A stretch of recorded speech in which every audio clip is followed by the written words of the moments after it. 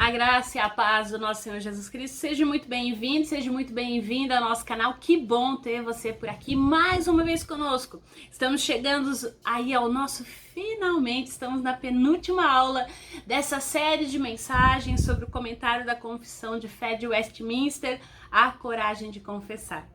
Hoje nós vamos falar sobre culto, sobre mistério e sacramentos. Mas antes disso, vamos orar? Deus de amor, Pai querido, nós nos colocamos nessa hora diante da Tua presença, Senhor, e clamamos que o Teu doce Espírito seja sobre nós, nos dê entendimento sobre aquilo que o Senhor tem a nos dizer nesta aula de forma especial. Pai, fala conosco, renova, Senhor, o nosso coração, dá-nos ânimo e disposição para a honra e glória do Seu nome. Amém.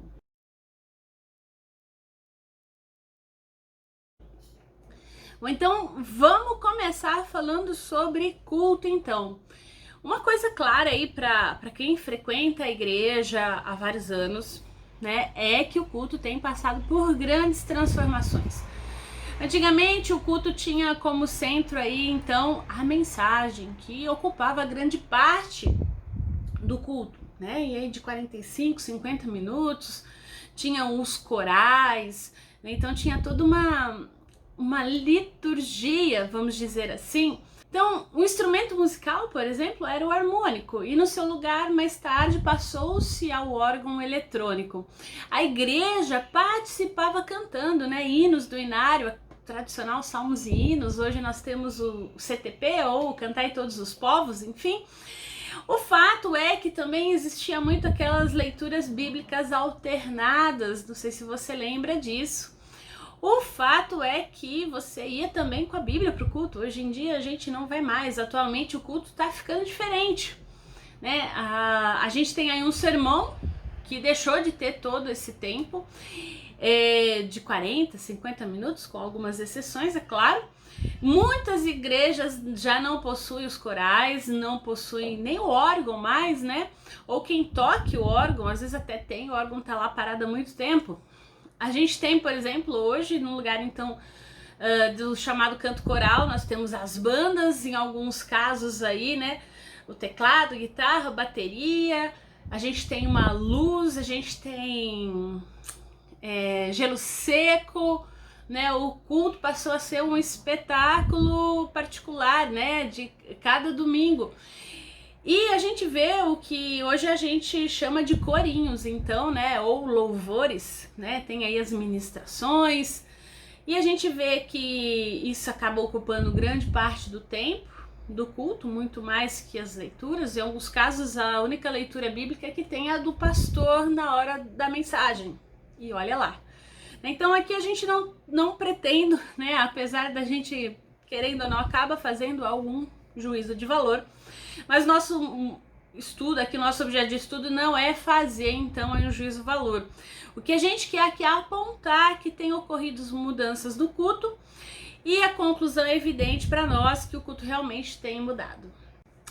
Isso provoca em nós então uma reflexão, e é necessário discutir, é necessário falar, porque muita gente não gosta da inovação simplesmente por não gostar, né? É importante nós sabermos que existem inovações que são boas, que são necessárias. Hoje é comprovado, por exemplo, que depois de 20 minutos você não presta mais atenção em qualquer coisa, seja palestra, uma aula, por exemplo. Então o fato do sermão não ser tão longo não quer dizer que isso é ruim, né? Ao contrário, talvez você guarde mais coisas na sua mente. O fato é que pastores e pastoras, que são os responsáveis pela liturgia da igreja, é complicado agradar todo mundo aí. É um grande desafio. Mas o fato é que, será que a gente tem que agradar todo mundo mesmo quando a gente celebra o culto? A gente vai falar um pouquinho sobre isso. E dentro do culto nós temos também a celebração dos sacramentos, que é o que a gente vai falar aí, porque todos nós estamos habituados com essa palavra sacramento, né? E quando a gente ouve essa palavra, automaticamente a gente pensa no batismo e na Santa Ceia. Todavia, a gente quer chamar a atenção aqui para o significado do termo sacramento, que a verdade é que o termo sacramento corresponde à tradução do termo grego mistério, E os sacramentos são mistérios.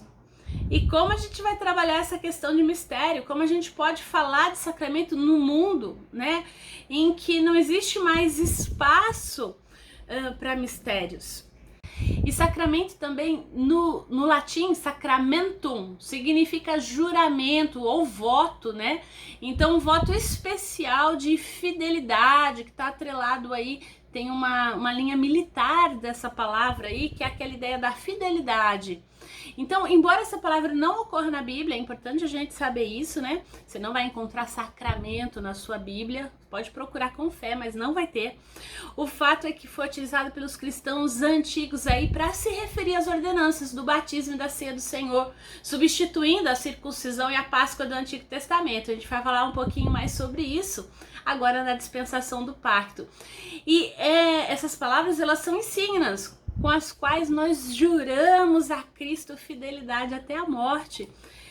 E num mundo como o nosso, num mundo de amores líquidos, onde tudo passa tão rápido, será que a gente tem ideia da profundidade dessa palavra, desse mistério que a gente celebra toda vez que nós celebramos os sacramentos? Então, vamos pensar um pouquinho sobre essas questões na aula de hoje. E é importante a gente ver que nessa aula a gente vai examinar o que a Bíblia diz, o que a confissão de fé diz, né?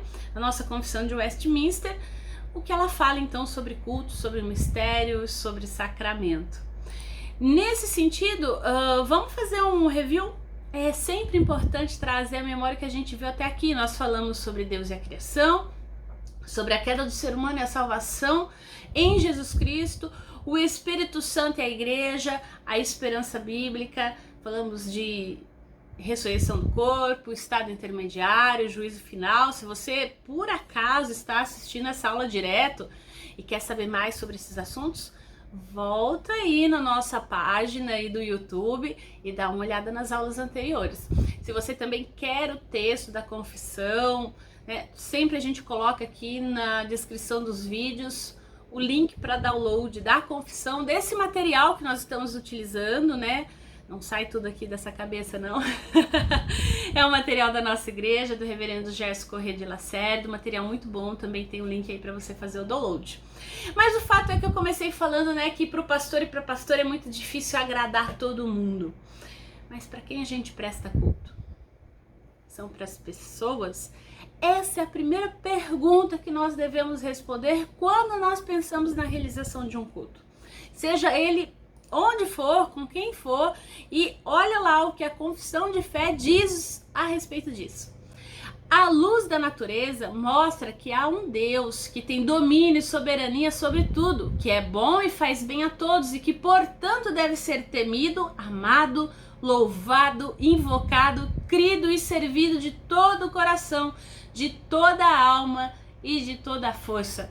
O que a confissão de fé está dizendo aí pra gente é que se a gente observar a natureza, vendo as coisas que foram criadas, nós seres humanos chegamos à conclusão que há um só Deus. Ok, que domina sobre todas as coisas e por isso deve receber o nosso culto. E quando a gente faz esse tipo de afirmação, a confissão de fé, ela está de acordo com os textos bíblicos, claro, como por exemplo o Salmo 19, que diz que os céus proclamam a glória de Deus e o firmamento anuncia as obras das suas mãos. Ou ainda o Salmo 8, cujas palavras são as seguintes, né? Ó Senhor, Senhor nosso, quão magnífico em toda a terra é teu nome, pois expusestes no céu a sua majestade. Todavia, nós devemos questionar a nossa confissão de fé. Será que nós prestamos culto a Deus somente porque, observando a criação, olhando tudo que foi criado, nós concluímos que Deus domina sobre todas as coisas? Será que a revelação natural é suficiente para que a gente preste culto a Deus? A Bíblia, né, a nossa revelação especial, ela é muito clara ao ensinar que por causa do pecado, o ser humano está corrompido e ele não consegue, por mais que ele queira, buscar a Deus por si mesmo. Então, ele pode chegar à conclusão que existe alguém que criou tudo, que é superior. Mas o fato é que a gente pode dizer que o pecado faz com que nós, seres humanos, nos tornemos cegos a ponto de não perceber o poder de Deus que se manifesta nessas coisas criadas, né? Como Deus age em favor do seu povo, enfim, para isso é necessário a Bíblia. E é exatamente isso que diz pra gente Romanos 3, de 9 a 12. Como dizem as Escrituras Sagradas, não há ninguém justo, nenhum que entenda, não há quem busque a Deus, todos andam afastados de Deus, todos se perderam, não há ninguém que faça o bem, ninguém mesmo. E além disso, a Bíblia ensina que apesar de não buscarmos a Deus, Ele nos buscou primeiro. Olha que coisa linda. Ao contrário, se a gente parar para pensar, né, não fomos nós que tomamos a iniciativa do encontro.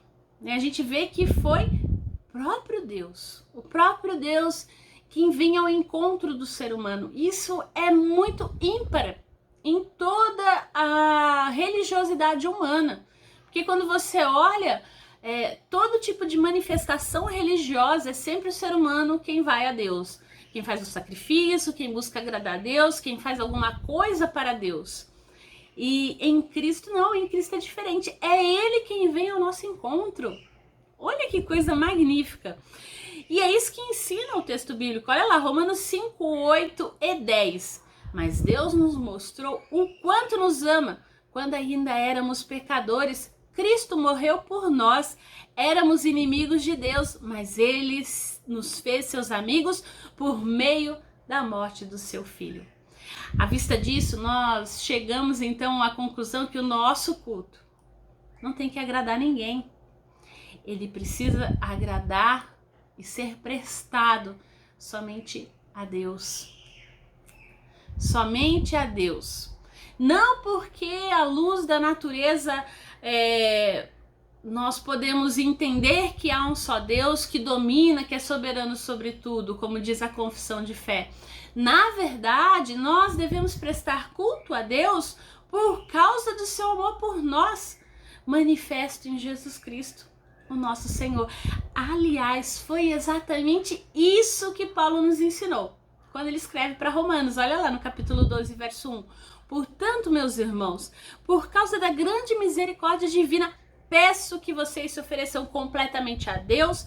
Esta é a verdadeira adoração que vocês devem oferecer. Nós devemos então prestar culto somente a Deus, buscar agradar somente a Deus. Ele nos ama, Ele manifesta o seu amor na pessoa de Jesus Cristo. Nenhum outro ser, nenhuma outra coisa deve ser objeto da nossa adoração. É importante a gente ter isso em vista. E a partir daí a gente deve afirmar também que a gente não pode fazer o culto de acordo com os nossos próprios desejos, né? O culto não é feito para agradar a nós mesmos ou a quem quer que seja. O culto, ele é prestado a Deus, precisa agradar a Deus, e é isso também que a confissão ensina. Olha lá. O modo aceitável de adorar o verdadeiro Deus é instituído por Ele mesmo e tão limitado pela sua vontade revelada que não deve ser adorado segundo as imaginações ou invenções dos homens ou sugestões de Satanás, nem sob qualquer representação visível ou de qualquer outro modo não prescrito nas Santas Escrituras. Tudo isso quer dizer que a gente deve buscar na Bíblia a orientação a respeito do modo agradável de adorar o verdadeiro Deus.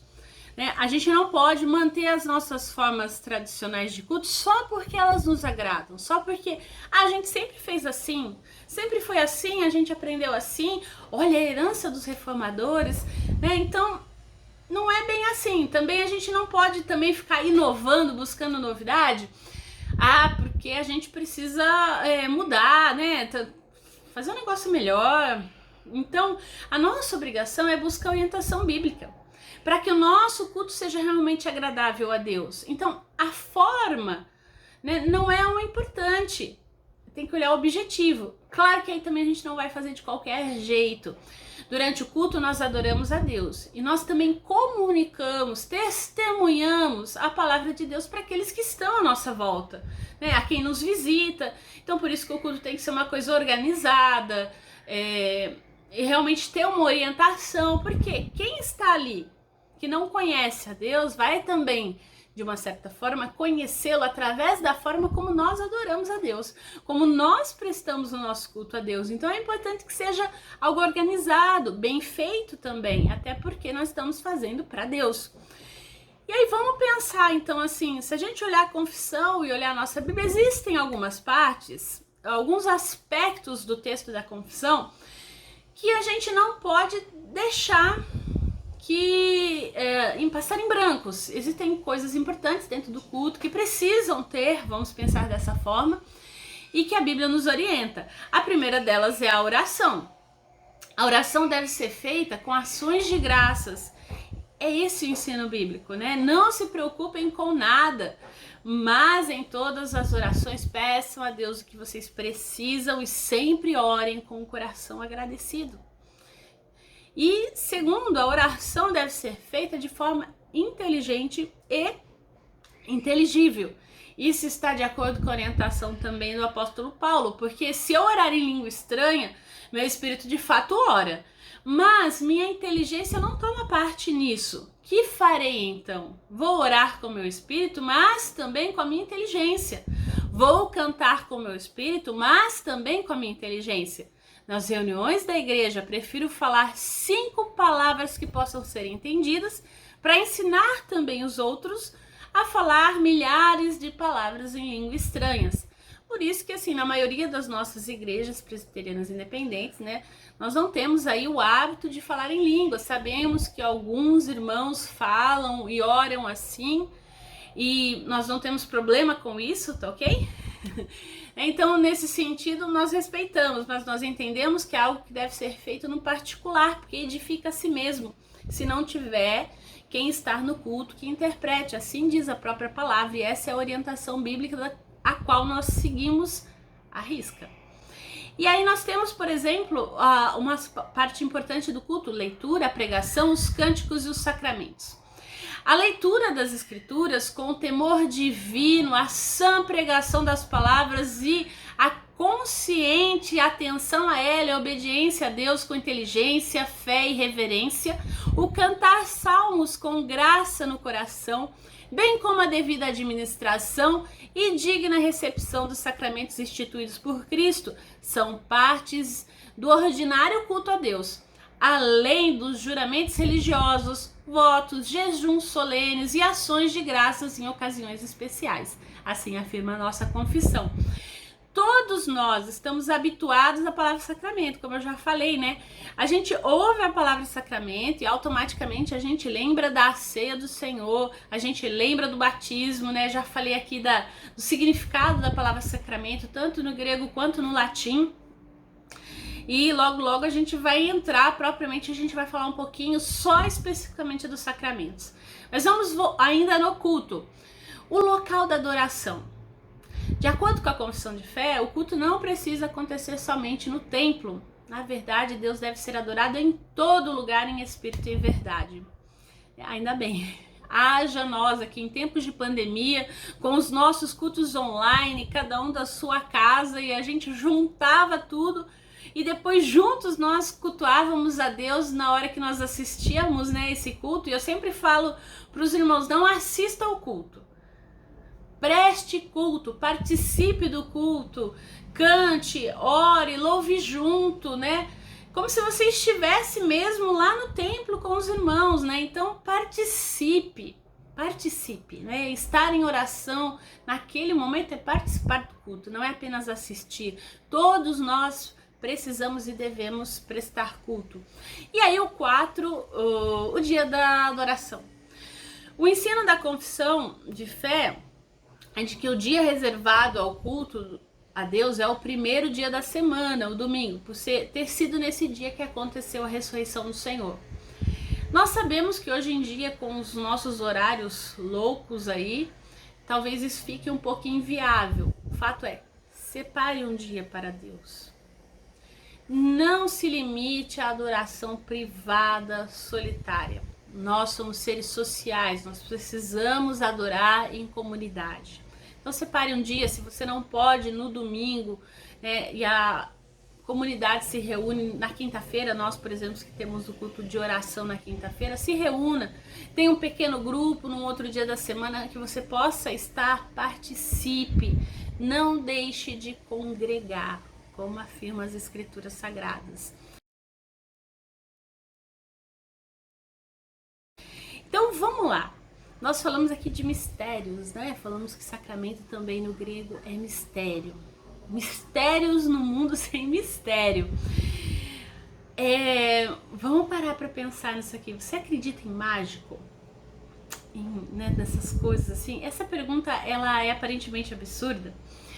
Mas no mundo de hoje não existe mais lugar para crença em mágicos, em magia, em algo misterioso, porque desde o início dos tempos modernos nós confiamos na razão e nas explicações racionais de todas as coisas. Tudo tem uma explicação. Então, né, foi-se o tempo em que o ser humano acreditava em coisas misteriosas. E foi-se o tempo em que se pensava que forças misteriosas manipulavam o universo. Isso não é de todo ruim, é bem verdade. Mas hoje em dia, né, de vez em quando aí nos circos, nos espetáculos da televisão, aparece um mágico, faz a magia, encanta as crianças, mas depois ele conta como é que foi.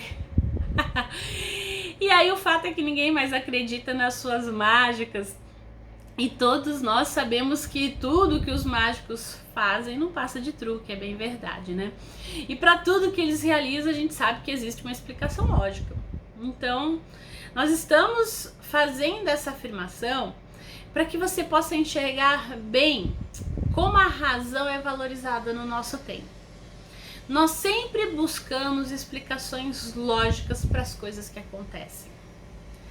Nós acreditamos que tudo pode ser racionalmente entendido, né? Tudo que acontece conosco.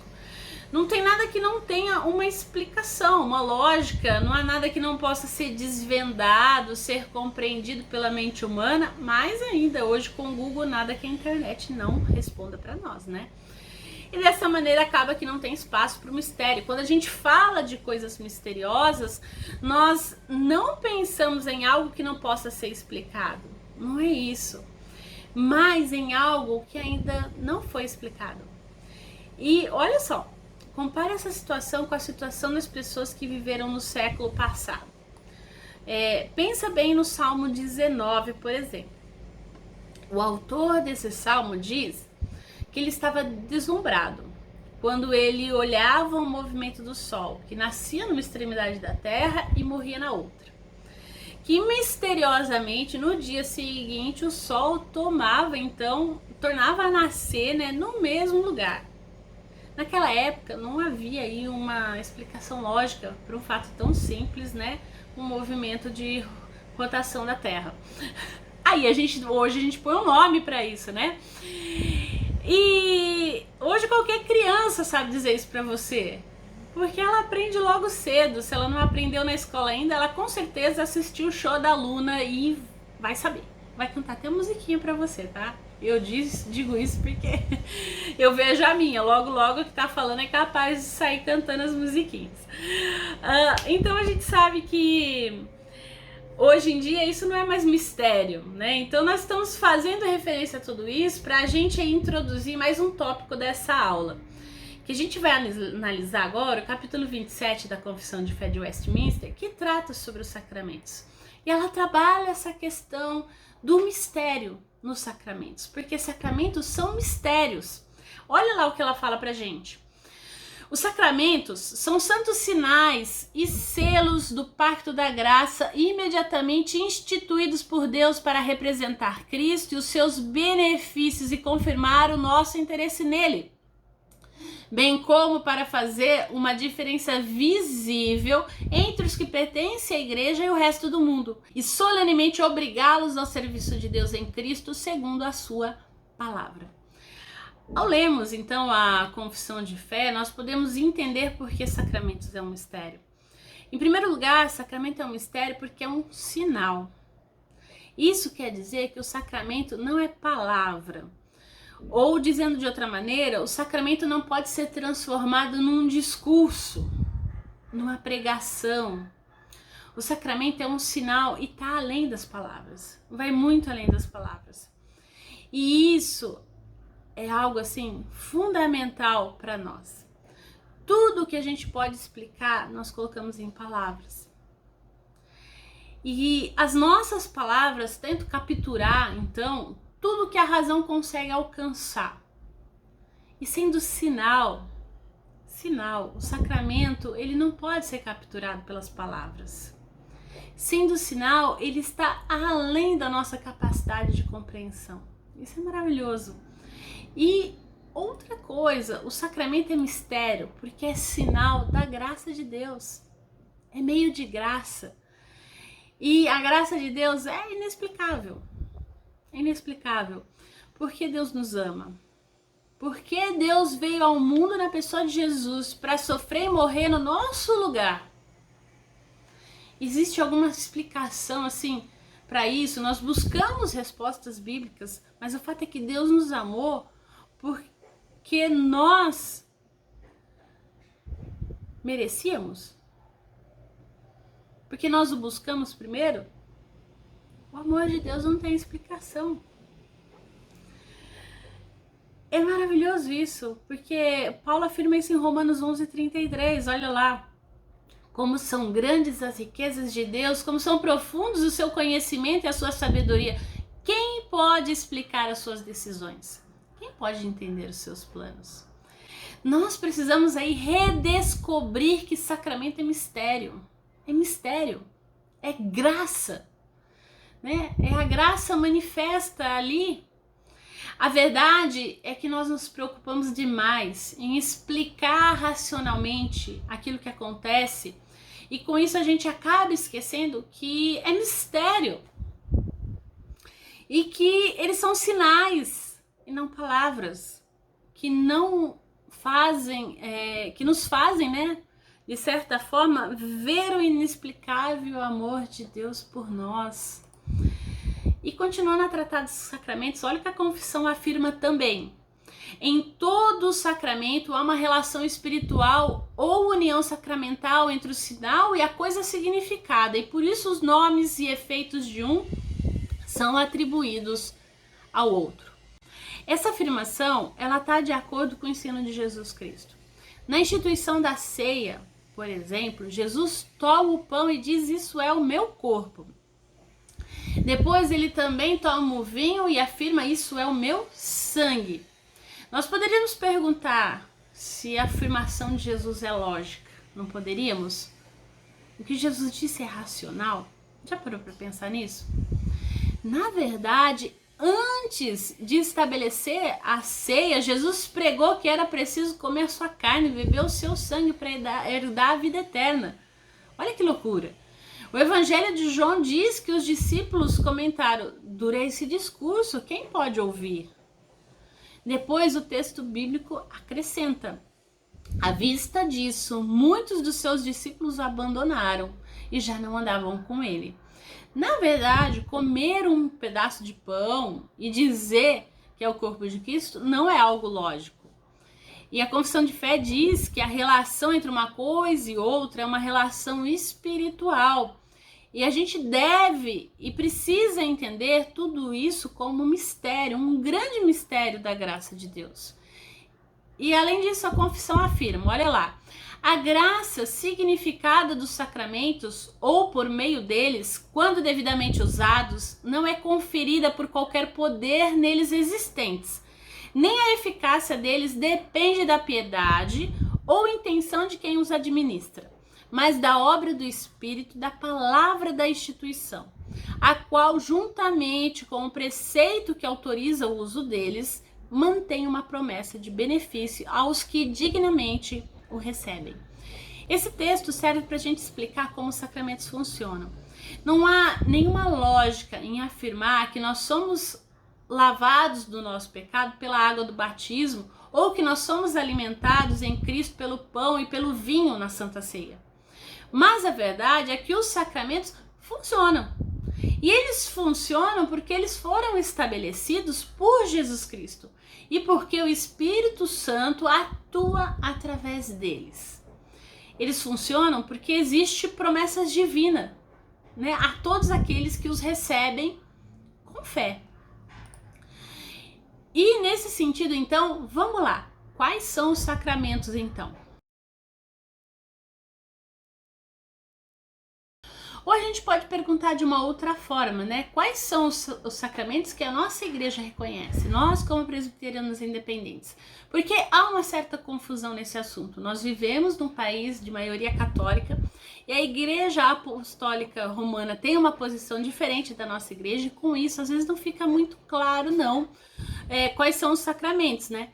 E aí acaba que às vezes as coisas complicam um pouquinho mais, porque nós temos que reconhecer que na prática nós valorizamos certas cerimônias que acontecem na vida da igreja e em alguns casos essas cerimônias são vistas como sacramentos, mas elas não são. Vamos lá. Primeiro, cerimônia de casamento, né? Quem não ama um casamento? Eu particularmente gosto. Né? Por inúmeras razões existe uma certa confusão, porque a cerimônia de casamento ela chama a atenção de todos. Nas cerimônias de casamento a igreja fica em festa, né? A participação da igreja, os pastores fazem tudo o que pode para que marque a celebração na vida daqueles noivos. Música, decoração, enfim. A prova disso é que muitos conselhos e pastores adotam regularmente com muita exigência, até assim, algumas exigências para a realização do casamento. Tem que fazer um curso. No entanto, temos de reconhecer que, na verdade, a igreja não faz casamento de ninguém, como se costuma dizer. No nosso país, as pessoas se casam perante um magistrado civil. Quando um casal vem ao templo para uma cerimônia religiosa de casamento, de fato, o casamento já foi realizado. Ou o que acontece é uma cerimônia religiosa com um efeito civil. O que acontece? Toda cerimônia de casamento que acontece no templo é, na verdade, um culto a Deus, pedindo a Deus que abençoe aquele casamento que já foi realizado, ou aquela junção ali que está sendo realizada, porque a cerimônia de casamento não é um sacramento. Dentro dela pode haver a ceia do Senhor, por exemplo? Claro que sim, é lindo, né? Mas enfim, ela em si não é um sacramento. A segunda coisa, ofícios fúnebres. E o ofício fúnebre também chama atenção, infelizmente, né? Nós tivemos várias perdas ao longo dessa pandemia. Alguns nós podemos nos despedir, oficializar, outros não, né? Algumas pessoas infelizmente não puderam ter aí um ofício fúnebre, um velório, por problema de contaminação, enfim. É um momento de tristeza, de emoção. E quando alguém falece, geralmente, se existe essa possibilidade, o templo fica cheio, as pessoas querem se despedir. Em muito ofício fúnebre são cantados hinos, vários pastores comparecem, né? O ritual é cumprido. Dependendo da importância que a pessoa tem, geralmente é algo assim, é um acontecimento que marca as pessoas, né? Mas o fato é que esse ritual não é um sacramento. Não é um sacramento. O ofício fúnebre é um culto a Deus também, no qual a gente agradece ao Senhor pela vida daquela pessoa, né, que ali faleceu, e a gente roga a Deus que conforte o coração daqueles que ficaram. Portanto, o ofício fúnebre não é um sacramento. E a gente volta então à pergunta que a gente fez no início. Você sabe então quais são os nossos sacramentos? A Confissão de Fé de Westminster afirma o seguinte: há só 2 sacramentos ordenados por Cristo, nosso Senhor, no Evangelho: o batismo e a Santa Ceia. Nenhum destes sacramentos deve ser administrado senão pelos ministros da palavra legalmente ordenados. Nesse texto, 2 coisas aparecem aqui para nós e que a gente precisa observar. Em primeiro lugar, a posição da nossa confissão de fé é que só existem 2 sacramentos. E esse é um dos pontos de divergência entre a Igreja Católica Apostólica Romana e a nossa igreja. e os reformados e evangélicos de maneira geral. A Igreja Católica Romana mantém os 7 sacramentos: o batismo, a confirmação, a penitência, a ordenança sacerdotal, a Eucaristia, o matrimônio e a extrema-unção. A nossa Igreja sustenta que só existem 2: batismo e Santa Ceia. Em segundo lugar, a posição da nossa confissão de fé é de que os sacramentos são ordenados por Cristo, nosso Senhor, no Evangelho. E, na verdade, esse é o nosso critério para definir e estabelecer o que são sacramentos. Aliás, como nós vimos anteriormente, a própria confissão acrescenta que os sacramentos são santos sinais instituídos por Deus para representar Cristo e os seus benefícios e confirmar o nosso interesse nele. Por isso tudo é que nós aceitamos aí somente o batismo e a Santa Ceia como os únicos sacramentos. Somente eles foram ordenados por Jesus Cristo e os seus benefícios. Somente através deles nós confirmamos o nosso interesse nele, como afirma a confissão.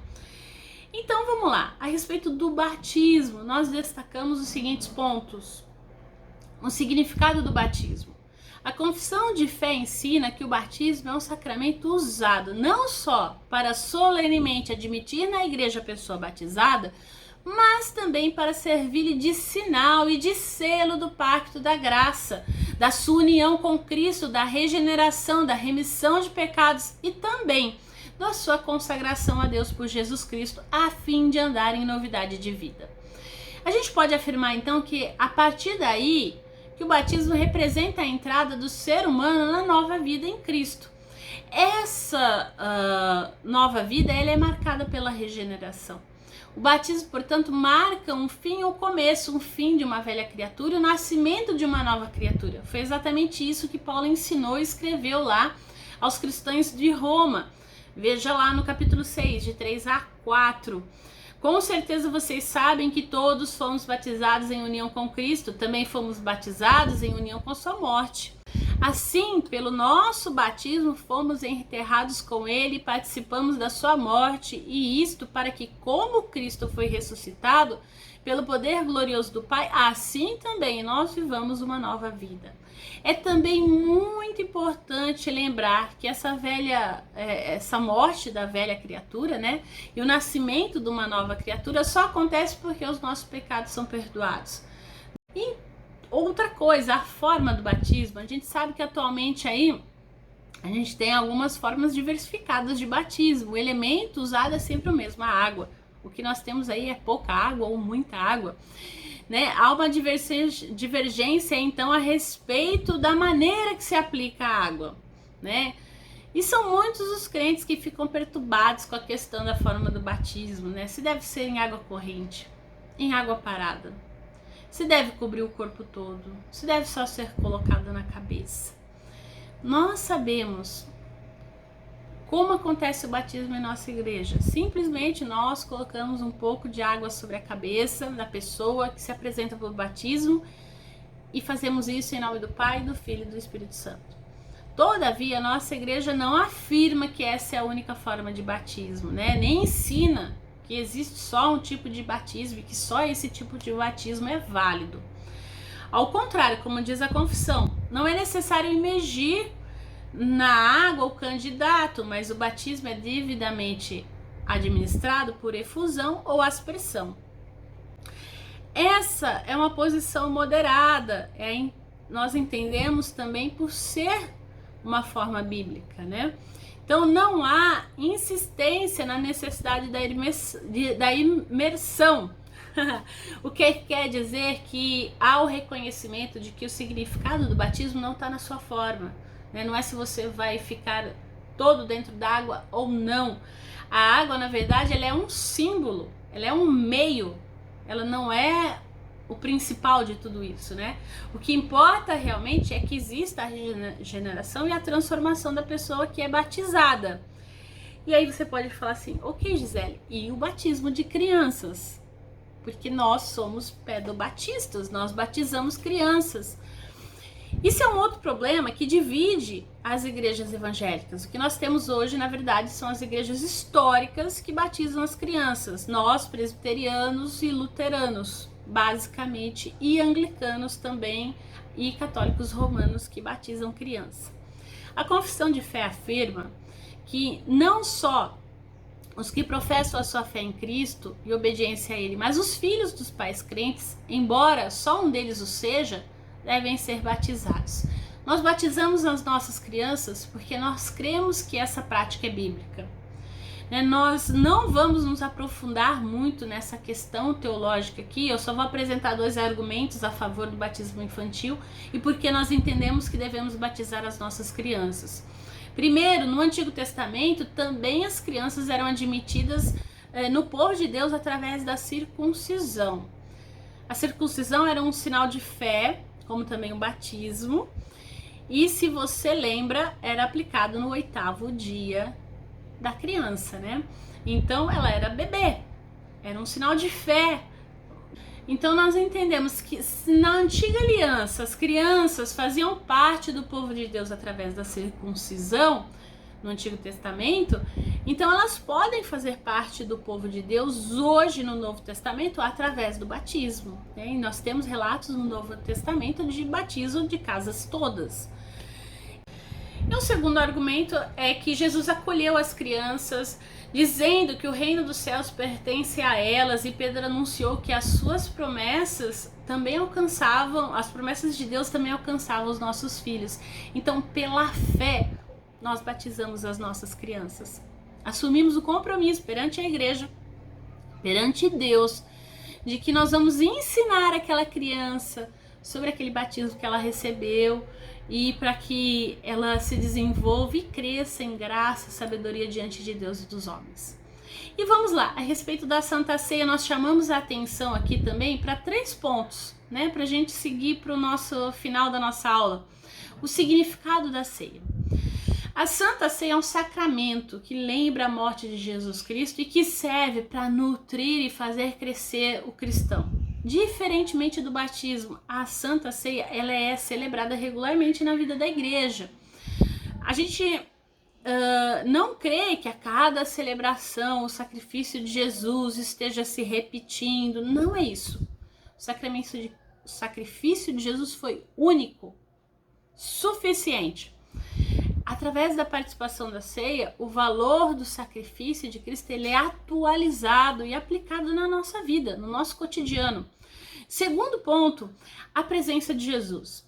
Esse é outro ponto de divergência entre as igrejas, né? A Confissão de Fé de Westminster se posiciona claramente contra a doutrina da transubstanciação, que é aceita pela Igreja Católica Romana, que de acordo com essa doutrina, então, o pão e o vinho se transformam realmente no corpo e no sangue de Jesus, deixando de ser pão e vinho. Segundo a confissão de fé e a forma como nós entendemos e acreditamos, existe aí uma relação sacramental, de mistério, né, entre o elemento da ceia e o corpo de Cristo. O pão continua sendo pão, o vinho não deixa de ser vinho. Mas por intermédio desses elementos, pela graça de Deus, o sacrifício de Jesus não é algo que só tem valor no passado, mas que passa a ter valor no presente. E por intermédio da ceia do Senhor, o sacrifício de Jesus é lembrado, é atualizado no nosso coração, sendo então um instrumento de alimentação espiritual. Por isso que aquela história, eu tô em pecado, eu não vou tomar ceia hoje. A Bíblia diz para você fazer um exame e pedir perdão a Deus. E participar da ceia, porque é na ceia que você é alimentado. É na ceia que você tem força para vencer o pecado. Né? Então, a gente vê que tem muito essa desculpa, né? Não tô bem, briguei com fulano, não vou hoje. É nessa hora que você tá fraco, que você mais precisa de Jesus, que você mais precisa de alimento espiritual, de fortalecimento, para que você possa realmente testemunhar e enfrentar a vida, a adversidade da vida. Então não caia nesse engodo de Satanás aí, de hoje eu não vou porque eu não tô bem. É aí que você precisa ir, meu irmão e minha irmã. Então, nós entendemos que na ceia a presença de Jesus é real. Ele está ali conosco de uma forma muito mais presente que num culto comum, vamos pensar assim. Por quê? Porque ali nós atualizamos, nós revivemos aquele momento. Então, participação da ceia. E aí, né, eu já adiantei aqui alguma coisa, mas o fato é que a verdade é que todos nós somos pecadores. Eu como pastora lá na frente, você sentado no banco.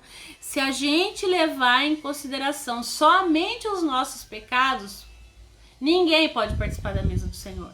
Ninguém.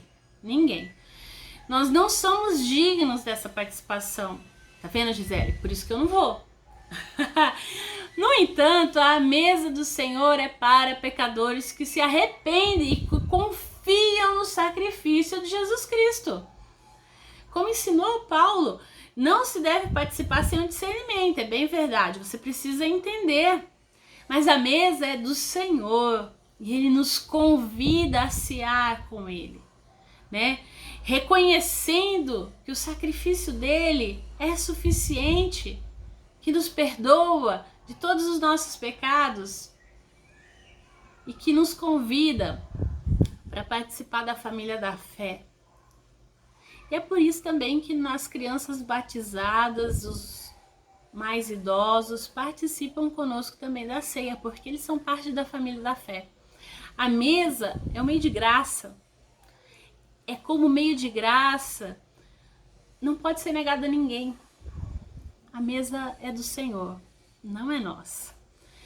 E para a gente concluir então essa aula, a gente pode afirmar que muitas vezes existe uma grande distância aí entre teoria e prática. Essa é bem verdade. Tudo aquilo que nós dissemos aqui sobre culto, sobre batismo, sobre a ceia, representa a teoria. Infelizmente, porém, nem sempre isso tem representado a nossa prática, a prática das nossas igrejas, né? O desafio desse estudo é transformar essa teoria em prática cada vez mais, né? Nós participamos de muitos cultos. Em geral, depois de cada culto, as pessoas fazem as suas avaliações. Ah, hoje foi bom, hoje não foi, né? O sermão meia boca, hoje o sermão tava bom, né? Deus falou comigo.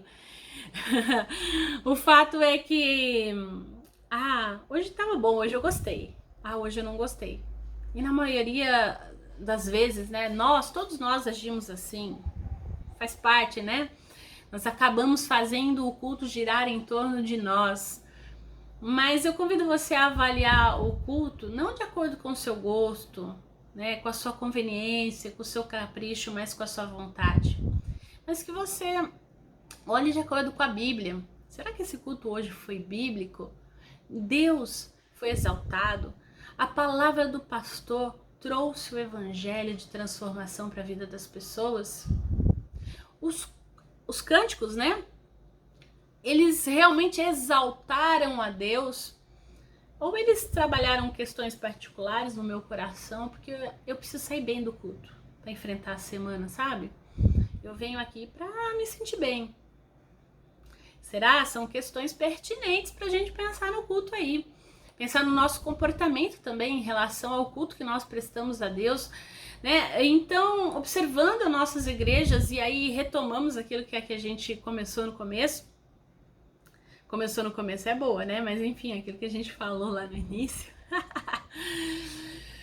A gente sabe que existem igrejas, assim, das nossas igrejas, com a graça de Deus, que nenhuma aboliu os sacramentos.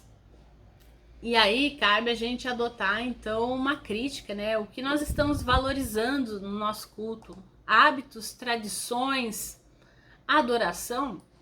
Porque também a gente tem aqueles que não querem que nada mude, e nós temos aquele que não, tem que mudar todo culto, né? Tem que ter uma coisa nova. Se não tiver nada novo, não vale a pena, né? E aí é importante a gente pensar, será que nós estamos celebrando os sacramentos de forma simples?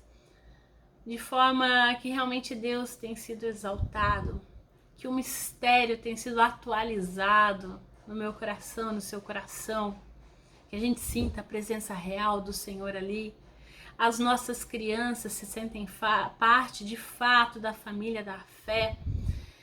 Enfim, acreditamos firmemente que somente na medida em que a gente redescobre a importância do culto, do mistério relacionado aos sacramentos, a gente pode reconhecer e valorizar a vida em comunidade, os sacramentos ministrados no culto, e entender que aquele momento é especial. Não só aquele momento, mas que todo o culto é especial, porque o Senhor está sendo adorado, louvado, bendito em todo o culto, em cada parte do culto. Então nós precisamos valorizar sim o batismo, a Santa Ceia como os nossos 2 únicos sacramentos.